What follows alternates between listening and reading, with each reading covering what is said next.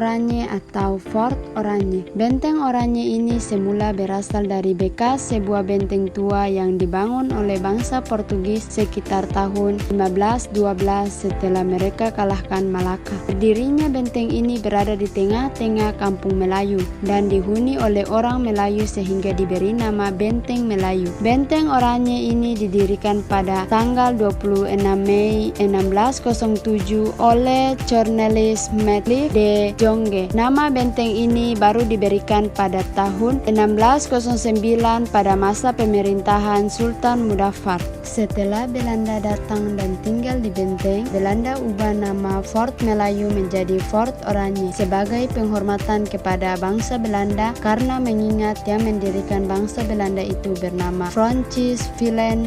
Ia adalah tokoh informasi Belanda yang mendirikan bangsa Belanda keluar dari masa sulit hingga mereka merdeka.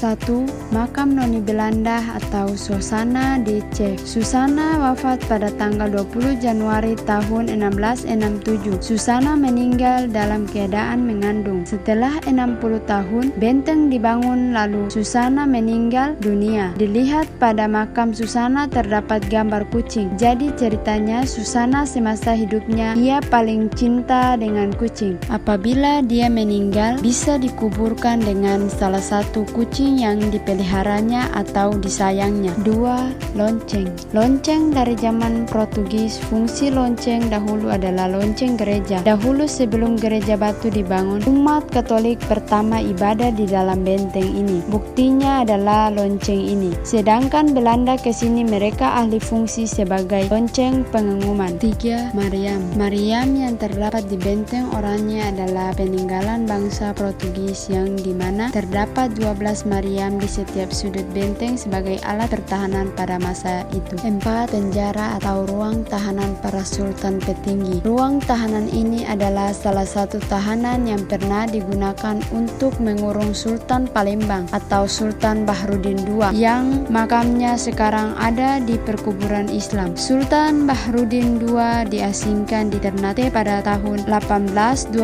sampai 1851. Selama 30 tahun di Ternate kemudian ia wafat. 5. Museum. Kantor FOC digunakan sebagai tempat menjaga dan memantau rempah-rempah yang ada di Gedung Panjang sebelah. 6. Gedung Panjang. Gedung Panjang adalah gedung penyimpanan rempah-rempah yang digunakan untuk menyimpan harta Ternate ialah pala, cengkeh, kayu manis, kapulaga, adas, dan bunga lawang yang dulunya sangat mahal sehingga para penjajah ingin mengambil barang yang di Gedung Panjang tersebut.